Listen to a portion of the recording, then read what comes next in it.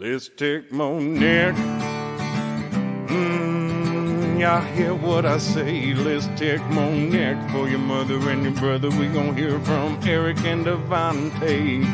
It's strange times and these are strange days, and it's strange people live in strange ways. So expect Let's take Monique.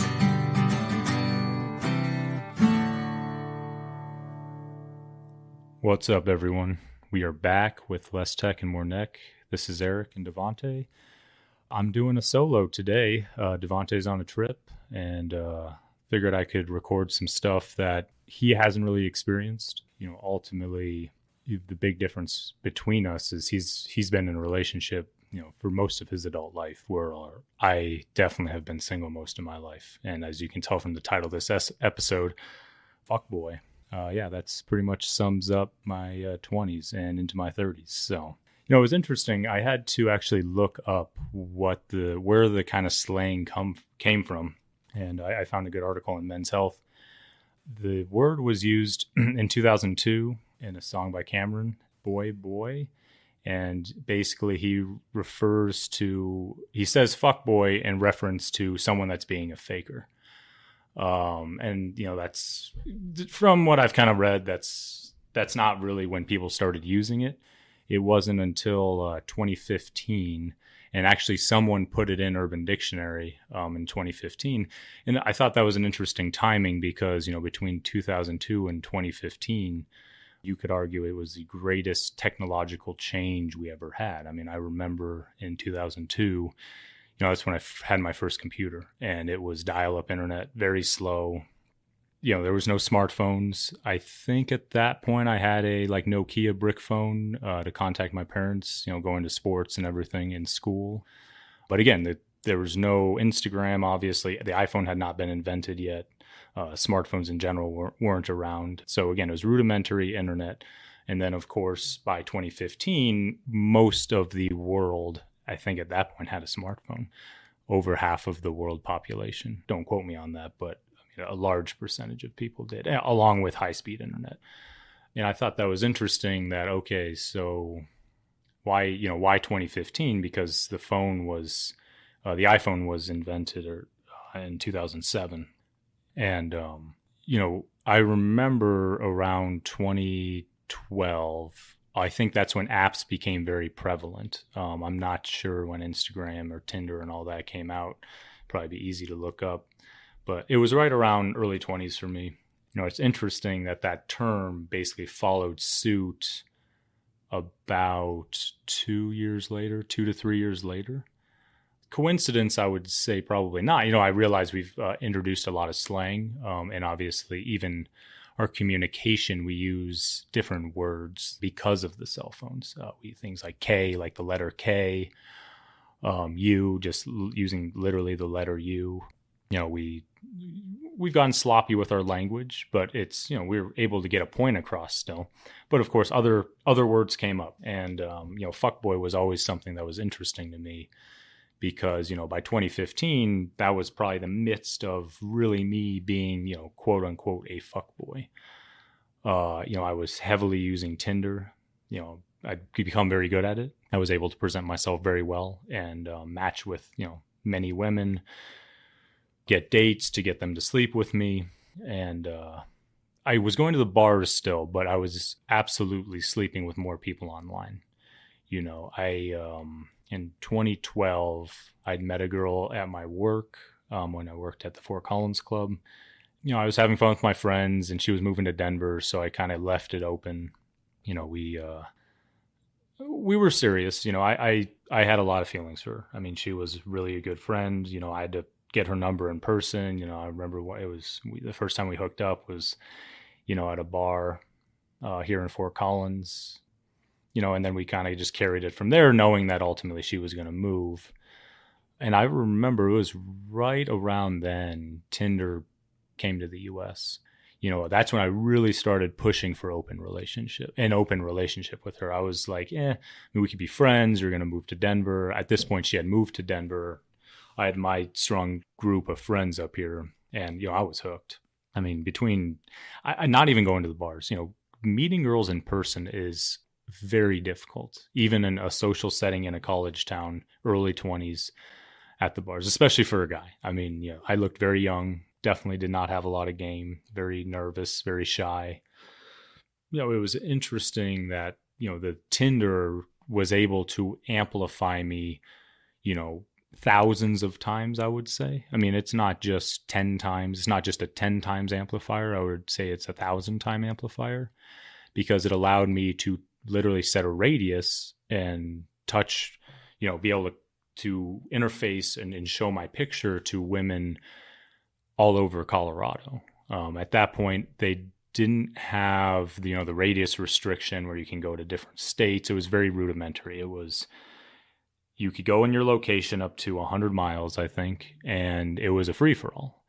It was, unlimited swipes, and there was no ads. You didn't have to pay for anything. So you could swipe till you basically ran out. And I'll never forget when me and my friends, I had a lot of friends still going to CSU at the time, got these apps. I mean, it was a game. It gamified it. Absolutely. And at this point, most men I knew were watching pretty heavy amounts of porn, and all of a sudden it's, oh wow, you can turn it into real life. You get to see a new girl, only this is a real person you could have the potential to sleep with. And I'll never forget, swiping through. I mean, we would just swipe right and then see who we matched with. It was unlimited. You didn't have to pay. So it was a lot more efficient just to swipe right on everyone and then see who would connect with you.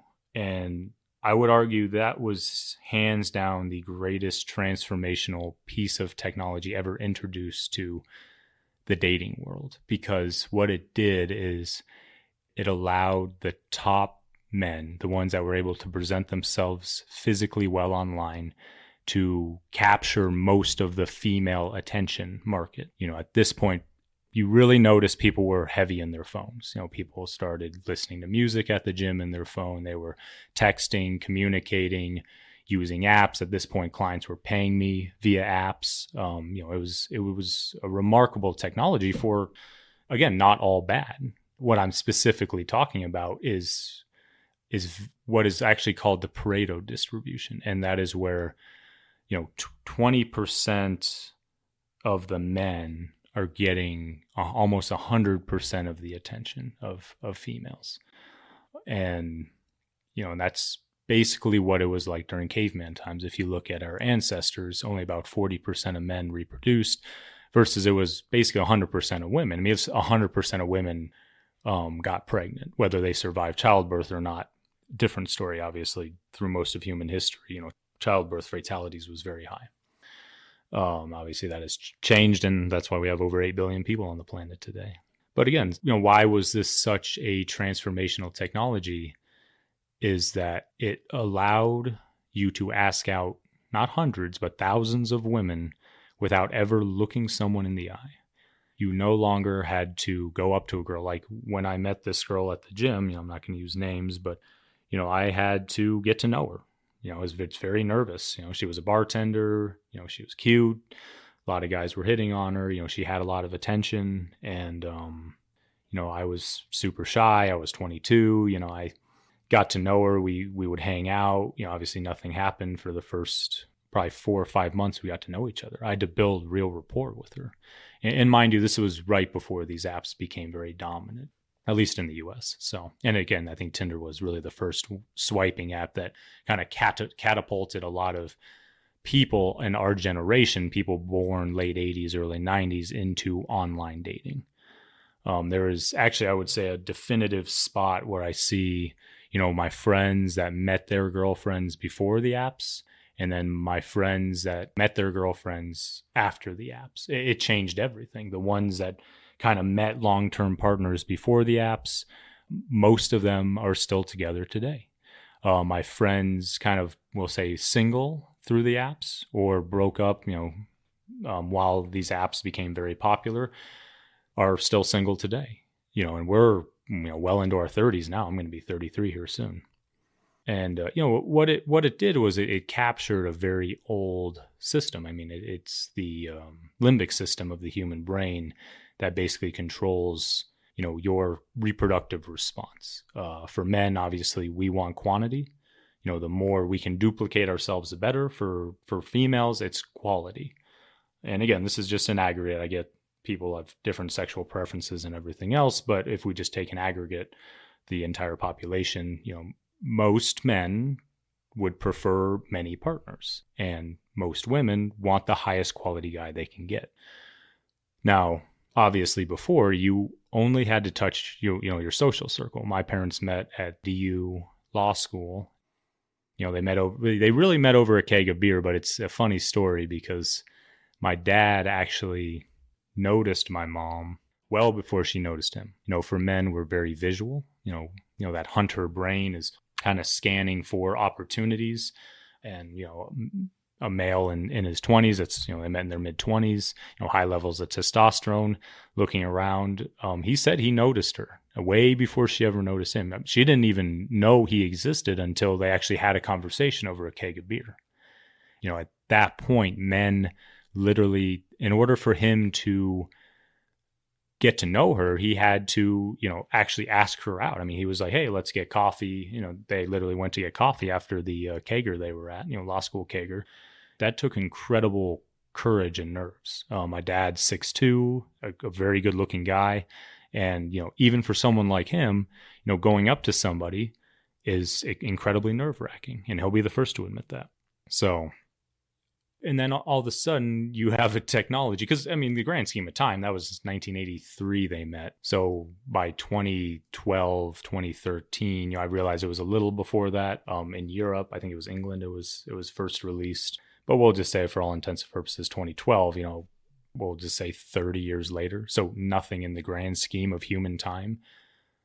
Men no longer had to do that. All of a sudden, we were able to ask out thousands of women at once. And a lot of people are talking about this stuff. People kind of know I think the average men swipe 60% of time right. Women swipe 4% of time right. And then you also have, there tends to be on most dating apps more men than women. I know it varies, but 2 to 1 to 10 to 1, depending on the app. So, if you do the math as a guy, no matter what you look like, the odds are already stacked against you. And obviously, as time went on, we became more engrossed in our phones. People started using these apps more frequently. It was almost weird. I would say by the time the word fuckboy came out, 2015, it was weird if someone hadn't tried a dating app. I do have friends that have never used them, and it's almost an anomaly. It's like, whoa, you've never gone on a dating app? That's unbelievable.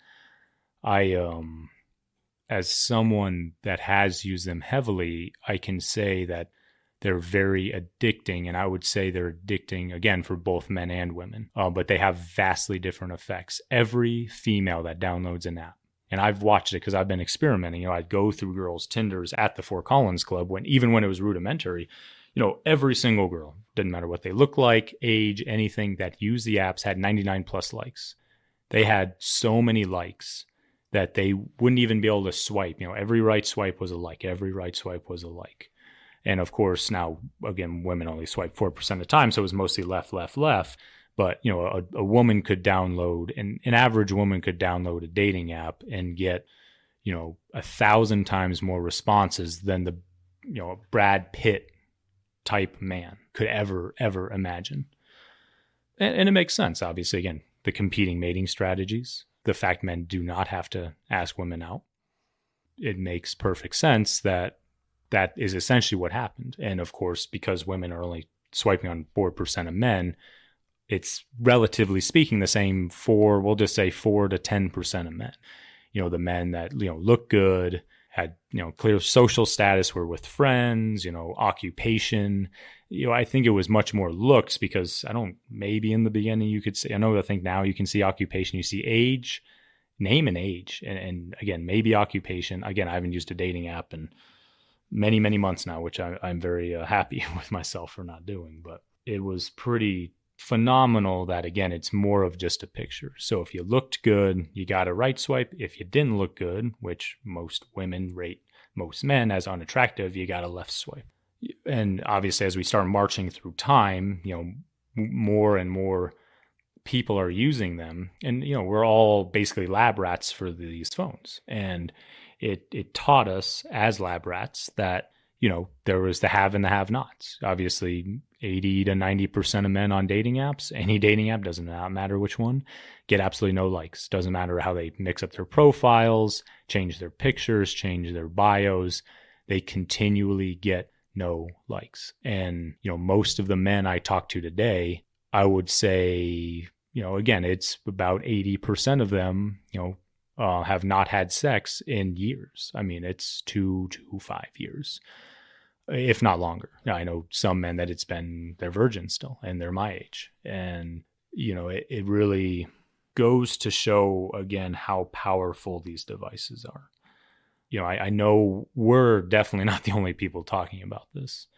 It's just important, the awareness around it before you get on.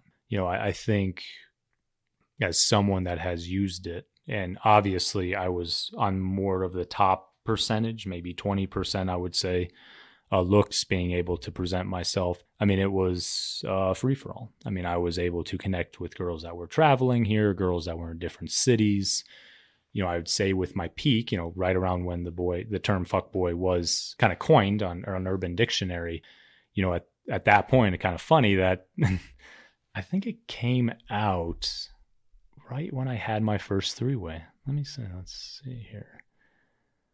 I'm pretty sure that they have the date, February 16th, 2015.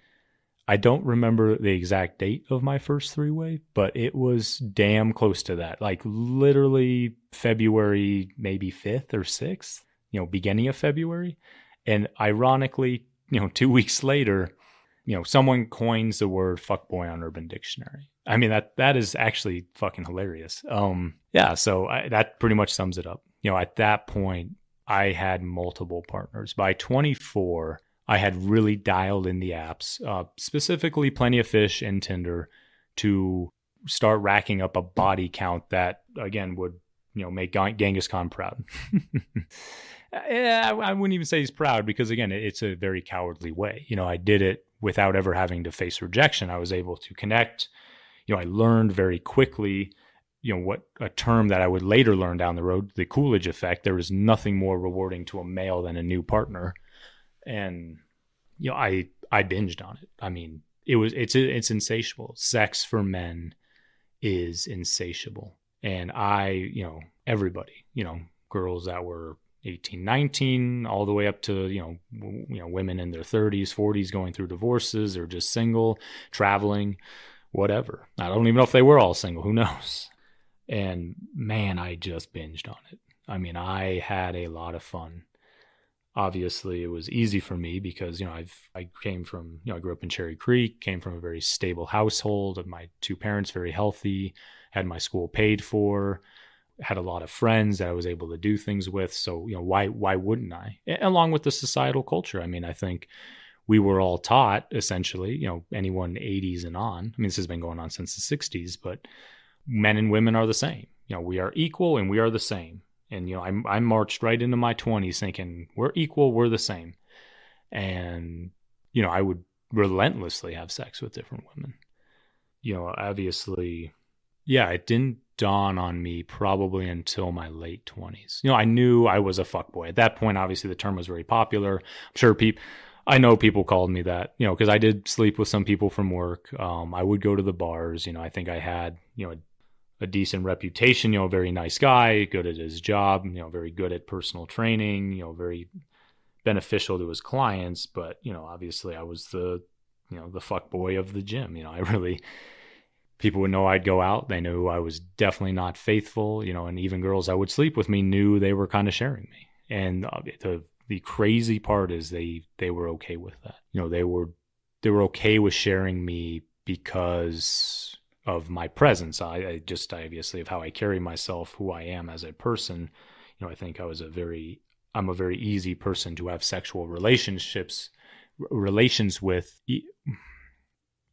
even if I'm not in a relationship, because, I'm fun, I'm easygoing. It's, very cultural driven, it's, chase your career. Everyone's going off to different places, moving, why wouldn't you?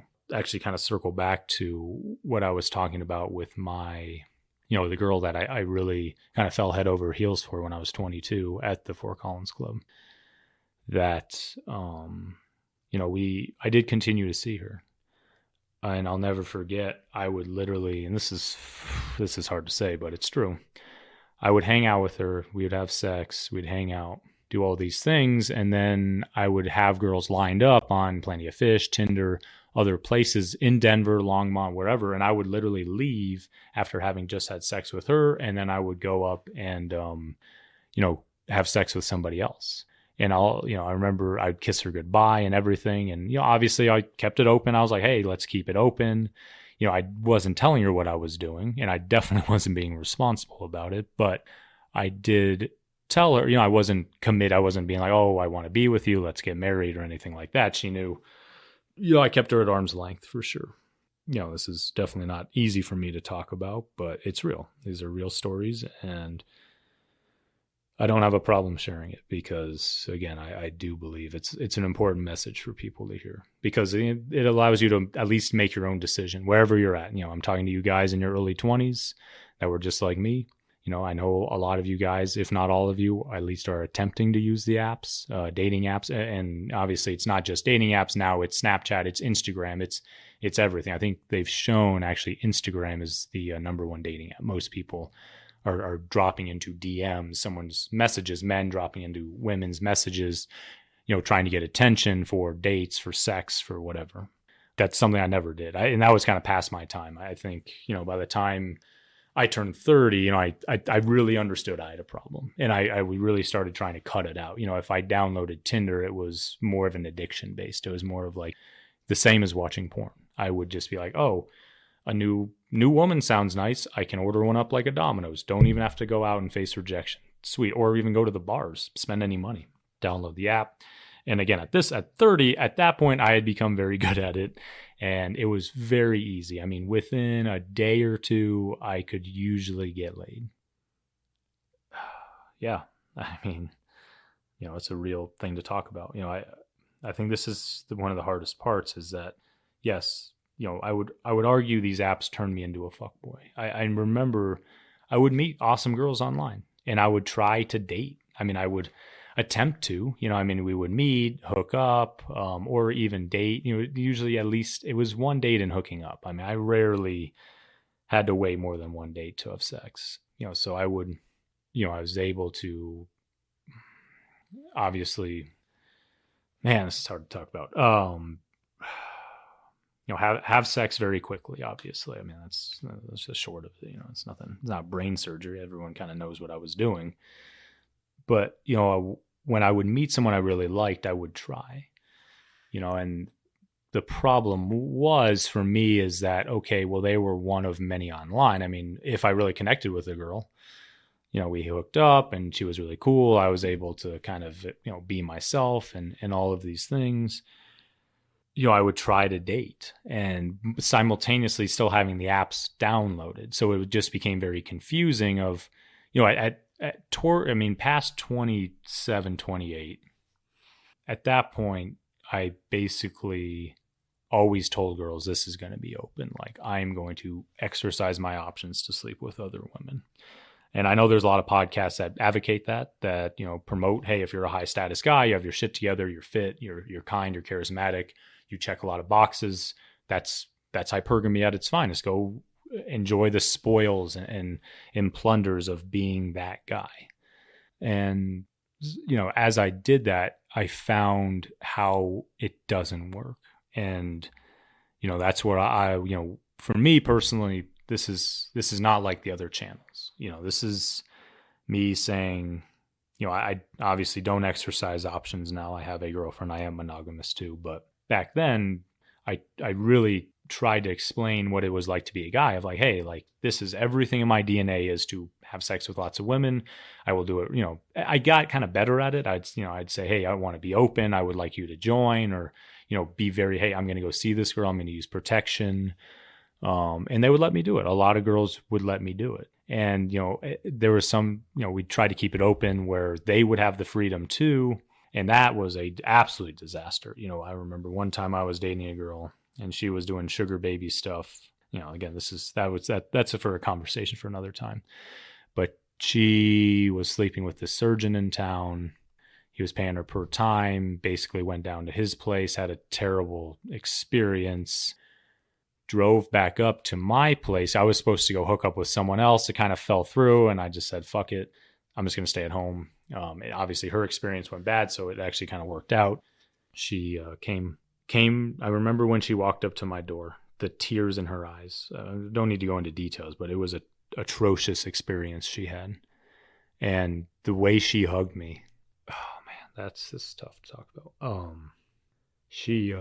You could tell it hurt. She was trying to appease me because she didn't want to lose me. I check a lot of boxes, so this girl really didn't want to lose me in her life. And, I really felt it. I really felt it. And obviously, I never would have met this girl in real life. Great girl. Actually, we would go camping. We did things. I met her friends. It wasn't a bad experience. I was still online. I was watching heavy amounts of porn. I was hooking up with girls, and I would tell her like, hey, it's open. I wasn't 100% honest about, because it's like, I didn't want her to know how much of my options I was exercising.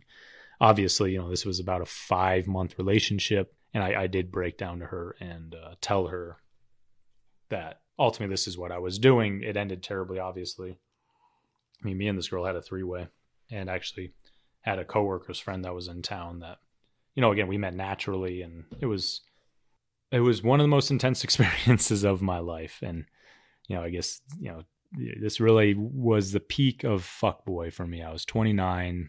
I was dating a 21-year-old. My coworker's friend was 25, in town, open-minded. We got drinks. Told my girlfriend, hey, we're kind of vibing. Can I sleep with her? She agreed. We did. Just me and my coworker's friend. And then my girlfriend joined us, I think 2 or 3 days later. We had a 3-way, and it's as crazy as the porn makes it seem, guys. It's pretty phenomenal. I wouldn't even say it's a 2 times amplifier. I would say it's like an 800 times amplifier. I don't think, again, most men have had that much dopamine buildup in their frontal cortex before. It was hot. Everyone was consensual. My girlfriend at the time was doing it for me. And because it was honest, even after, I remember we were cuddling and she did feel secure because of the honesty. Now, obviously, I was sleeping with other women that I wasn't being as honest about. So I want to make that clear. And that is what ultimately, I'll never forget when I told her, but I have fucked other women you don't know about. And we were supposed to tell each other because I was absolutely abusing my power. That hurt. I mean, I'll never forget the switch in her eyes of going from I love this person to it was over. And, basically the same thing happened to the girl when I was 22, 23. By 20, probably around 25, maybe 24 and a half, she asked me, I want something serious. Like I want to be with you. Why are we even doing this? I mean, essentially in a way that would make me to commit. And I told her, I was like, whoa, like you want something serious? I'm like, I don't believe in monogamy, all of that. And she's like, well, have you actually been sleeping with people? Now, this is going back to 24, the girl I met in person, not the girl from Tinder at late 20s. And I was like, yeah. She's like, you didn't tell me? And I was like, I didn't think we were supposed to tell each other. Like, am I the only person you've slept with? She's like, you're the only person I've kissed since we kissed at Bondi in 2013. And that just fucking clocked me. It really did. And I came clean. I was like, oh, no, I've probably been with 40 women. And that was the worst one. 29, 5-month relationship off Tinder, obviously lying about a couple girls, even though we were kind of open, but not. This time, yeah, open relationship, but just she thought I was only with her. She thought that I would tell her like, hey, I met someone else. Like, no, I was just using the internet. I was just using Plenty of Fish and Tinder. And I was absolutely like, I was having sex with a lot of women. And I guessed roughly around 40. And I'll never forget that heartbreak because that one hit home the hardest in the house I'm living in now. standing outside telling her this. She went numb, like a human being that just had been crushed, honestly. She didn't say anything. She actually walked into my house, crawled into my bed, I think, didn't say a word to me. I just sat on the bed and watched her for about 30 minutes. And then she just broke out crying probably for an hour. Man, oh, fuck. It's tough to talk about. It hurt. That hurt. No, that was one of my best friends. Man. So, and I think from then on, I just swore not to date. I remember I dated a bartender from there, kind of tried it again, but it's the same thing. That one was short lived, but it was more like, hey, I'm going to sleep around. And, that didn't fly. I remember I was sleeping with someone else from the club. It was just, I was like, you can fuck me, and that's it. I made that more or less clear to women that I interacted with, online or in person. It didn't matter, or the bars, whatever.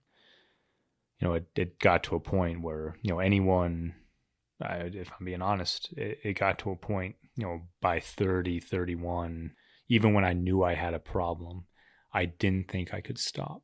So I put very strict guidelines on it. I would sleep with women only outside of Fort Collins. So I would specifically swipe on girls or match or whatever the fuck I was doing with girls outside. So Laramie, Cheyenne, not too far of a drive, Longmont, Greeley. That way I wouldn't have to run into them. I obviously kept it very clear. It's like, I'm coming over to fuck, and that's it. And of course, even that was complete bullshit. Maybe one or two girls could truly do that. Most of the girls would always give hints they wanted more. Talk about traveling. They would have things on TV that I would like to watch, like mountain biking, dirt biking. It was easy to tell that it's, they wanted more, but they didn't want to lose me. So they're like, well, maybe if I let him do what he wants and let him go around and be a fuckboy, I could get him. I could win him. I'll let him be unfaithful to me.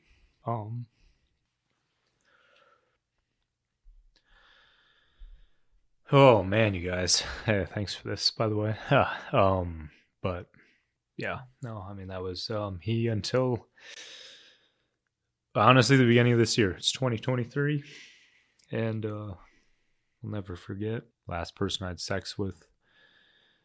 I remember I fucked her, and then I came and I sat at the edge of the bed, and I started to fucking cry. And I was like, holy shit, if I keep doing this, I'll never find anyone,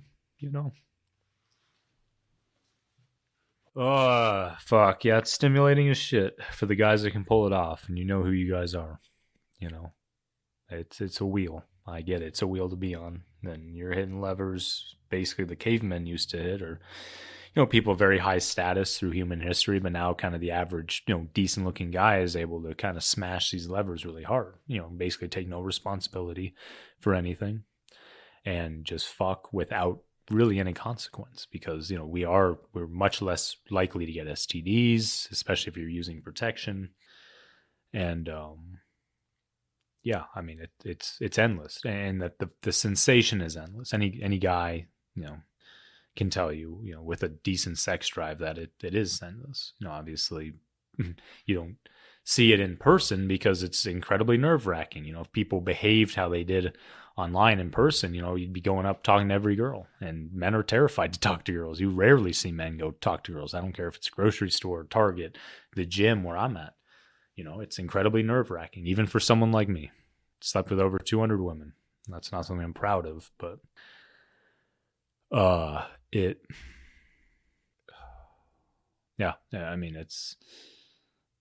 insatiable, and it never goes away. So, for me personally, it was basically the first week of this year, I was done. And, I was sitting at the edge of the bed, and I was like, damn, like, if it's insatiable, why would I continue to do it? If I'm just going to feel bad after, it might get that huge dopamine buildup from the new novel partner men get. Every male gets, why porn is so popular. The top 20 sites, like 5 or 6 of them are porn, visited every day in the world. I mean, it goes to show how powerful that drive is. And, to forego that, for one person has been great. I mean, I can honestly say that. So, oh, fuck, sorry to get so emotional, but it's true. I mean, I'm saying all this because, even if it reaches, 100 men out there, whether you're using the apps or not, going to bars, whatever, at least be mindful of it. And again, I get these apps aren't going anywhere, but you got to go out and challenge yourself, meet someone in person. It's not like most men can't behave how I behaved online. Again, most men are getting absolutely no attention. And the ones that are getting attention are getting a lot of attention. So, you can, keep swiping, or, whether you're dating or hooking up. And again, I get we live in a culture where you can't tell anyone what to do. I understand that. Is it actually value adding to your life? That's something I'd ask myself. Are you doing something hard? Or are you just taking the easy way out? Now, again, this isn't just dating apps or Instagram. It's porn. It's everything else. It's every time you open up a screen, a TikTok, whatever. It's like, could you be doing something more productive, like this podcast, what me and Devontae started, helping someone. This is, I think my gift is being able to connect with people, or whatever your gift is, be able to go out and do it. Or hell, just go out and go for a walk. I mean, it's going to be, spring here. It's going to be nice. It's supposed to be 60s on the weekend here in Fort Collins. There's no reason to be in your house playing video games or scrolling or swiping. Like, you can go out and meet people. Again, doesn't mean you need to go out into the bars and get wasted. Just go for a hike. If someone you see interests you, I mean, don't be weird about it, but don't be afraid to say, hey, obviously the girl that I'm dating now, I met in person at the gym. Basically, I was still, it's a decision I made last year to stop using the apps, but I still had a backlog of women that I was still sleeping with, still watching porn from time to time. Actually, when me and Devontae started talking about doing this, that's when I really started cutting everyone out, cutting girls out and cutting porn out. And it's been a process. It's been a 3-year process, and then a 6-month of like heavy detox process where I've really put my mind to it. And, I can honestly say my life's better. My story's fucking insane. I get most men do not have a story like mine, but for the men that do, just remember, if you're sleeping with 5 or 6 women, that's 5 or 6 women that aren't able to go out and find a partner or someone to share their life with, is assuming, the aggregate of us were heterosexuals, kind of average heterosexual people. I get everyone's relationship's going to look different to them, but at least slow it down. See if you can meet someone in person, and if you are going to use the apps, I would challenge men to every one right swipe, you talk to a girl in person. Does not mean you have to ask her out. You just have to physically go up to someone and introduce yourself. And again, it can be obviously you have to pick your places. That has to be in a non-threatening, weird way. I'm not saying just willy-nilly go do it, but I think it would, if 1 million men did that, that'd be 1 million men not swiping. So you had 1 million men go out and be like, oh, one swipe. They have to go out, talk to a girl in person, then they can swipe again. It might be a week. It might be 2 weeks. It's fucking nerve-wracking as hell to go up and talk to a girl you don't know.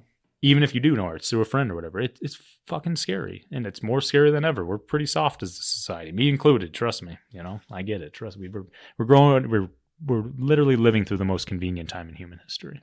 And you got to make your life harder. And this is, obviously, this episode essentially is to at least challenge men and women to go out and try to live naturally, knowing that we live in a very convenient time because of a lot of these standards, a lot of the oppressive things we think of the patriarchy and religion. All of that built the houses, the roads, the water, the clean water we have, the fact we can fly on planes around the world, we can drive cars. So there's been atrocities committed through human history. But religion and all of these things that people rail against now created a lot of the conveniences we have. And I think that's very important to recognize. Whatever you choose to do with your life, I get it. It's a free culture. You don't have to do a damn thing you don't want to. But if you want to have a better life, I'm talking to all you guys right now, guys and girls, late 20s, early 30s, early 20s, early 40s, it doesn't matter. We're all in the same generation. We're all kind of given the same tools, the same stimulation, and then obviously use that to our convenience. I mean, these are very convenient tools we've created. So, just a challenge. And again, for women, just be open. Don't mark every guy as a creeper. If a guy's coming up to you and saying, hey, and you're not interested, just tell him, just like Jamie said last week, just a guy that was very cordial. He's like, hey, I don't mean to bother you. And this was at the gym. You can't approach girls at the gym. And again, girls, don't rail against guys. Now, guys, you have to approach like this guy did to Jamie, what she said, where you have to go up, introduce yourself, be kind, especially a cold approach, very non-threatening. Hey, my name is this. I think you're really attractive. I'd love to get your number or take you out. For girls, don't just rail against them. Jamie's response was, oh my gosh, like, I'm really appreciative of how non-threatening you were, but I have a boyfriend, so I can't. Or no, again, you can use that even if you don't. If you're not interested, you don't have to put down super hard. I would say, I get everyone's temperament's different. Everyone and how someone's day's going makes a difference, but don't rail against these guys. Give them a fucking chance. I know 80% of them are unattractive to you. I get it. But you just going to walk through life alone. You're not going to take any responsibility. You're going to go travel, have fun, not give a shit. Because that's what I was doing. And I've paid for it dearly. I really have. And this is starting this and the changes this has done for me, I would wish for anyone in their life. My life is substantially better. I am able to withstand so much more in my personal life. That's things I never would have been able to if I was just smashing dopamine levers like I was before. Life's fucking hard, and it's hard for fucking everyone. Doesn't matter how much money they have. Doesn't matter how much stability they have. It is hard. I've been a personal trainer 11 years, essentially a therapist. I see it. You can't escape the existential self in a very convenient world. So, for everyone, not just the fuckboys out there, it's just think about your actions. Think about what you're doing. What can you change? Can you put the technology away and try to do something hard? Be aware that we're living in a convenient time. It's easy to scroll and swipe and, Grubhub and video games and all these things. And can you put that away and go out and make your life hard? And again, hard by today's standards is nothing. Like, you fucking can go outside and yeah, there's shootings and things, but relatively speaking, all of human history, this is the safest time to be alive. Like, you go outside as a male or female, more than likely. Now, again, I'm not advocating people put themselves in dangerous situations. It's a safe world we live in. People are very kind of numb and complacent. So, that's my challenge to you guys and gals. Just put it away, look in your personal surroundings, and kind of see what's happening. Because what's happening is, these fuckboys, men like me, are quote unquote winning. Because I can have sex absolutely without emotion.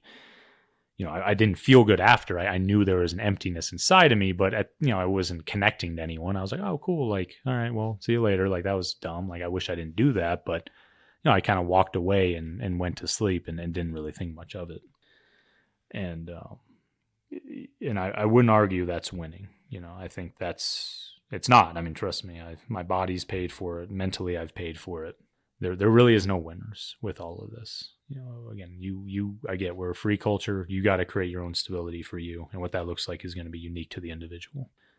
But, my challenge to you guys is create it. Are you using your phones specifically, or the internet in general? When you open up an app, be mindful of it. Be mindful, be cognitive of what you're doing and your behavior. And see if maybe there's a better way, and obviously in your personal life too, how you're behaving, outside of the tech world, and see if maybe, we can all just be a little better each day. In my life, cutting out a lot of things has helped a lot. So, well, thanks again, guys. Again, this is just Eric with Less Tech and More Neck, and obviously Devontae will be back next week for another fun episode. All right, you guys have a good one. Bye. Let's take more neck. Can y'all hear what I say? Let's take Monique for your mother and your brother. We gon' hear from Eric and Devante. It's strange times and these are strange days, and it's strange people living strange ways. So expect Let's take Monique.